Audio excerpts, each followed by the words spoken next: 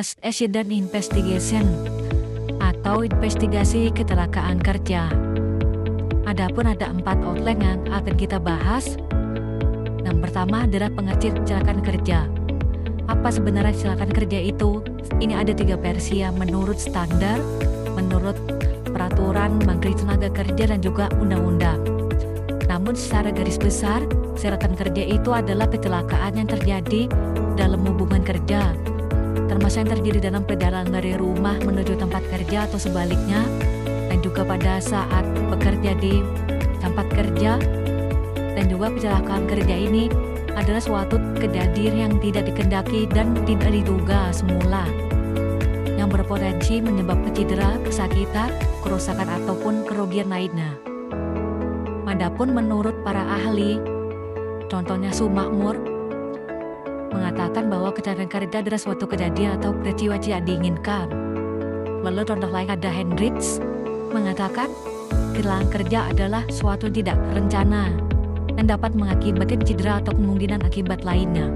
Jadi investigasi kecelakaan kerja adalah suatu rangkaian kegiatan yang dilakukan untuk mencari penyebab utama terjadinya suatu kecelakaan dan menentukan dengan tepat tindakan perbaikan yang dilakukan kala ditemukan fakta kebenaran dari kecelakaan yang terjadi dan penyebab kecelakaan tersebut.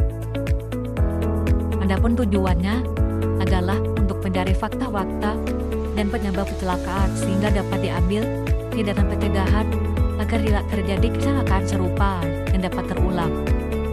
Lalu siapa yang melakukan investigasi?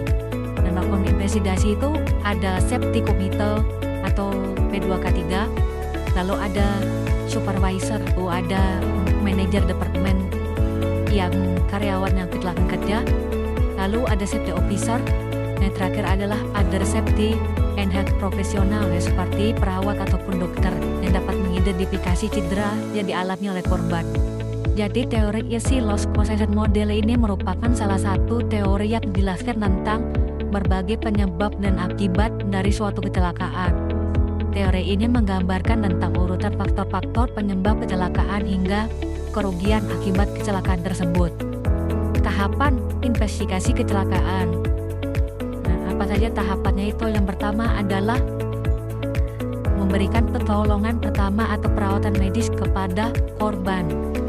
Tindakan pertolongan ini harus diberikan yang terbaik agar korban dapat segera ditangani dan cedera tidak semakin parah. Hal yang kedua adalah amankan adegan kecelakaan. Jadi tempat kecelakaan kerja areanya itu harus diamankan.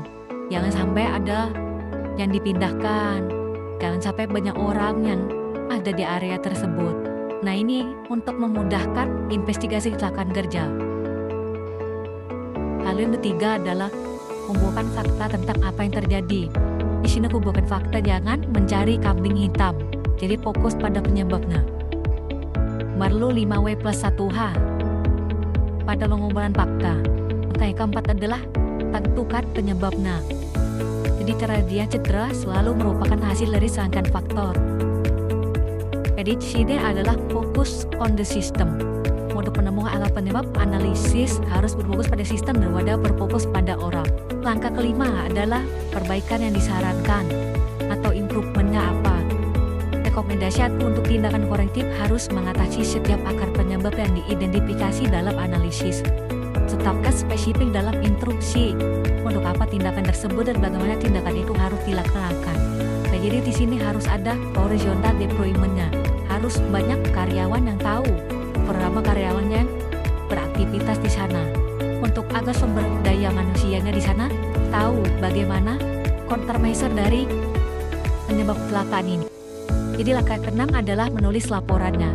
Jadi laporan kecelakaan kerja ini penting. Selain untuk arsip, ini dapat digunakan untuk training dan dapat digunakan untuk pembelajaran. Ada contoh-contohnya nih. Apa aja ya? Mari kita lihat. Yang pertama, ada tertimpa objek di tempat kerja. Kalian tahu nggak? Kejadian ini sering terjadi loh di pabrik atau lapangan kerja.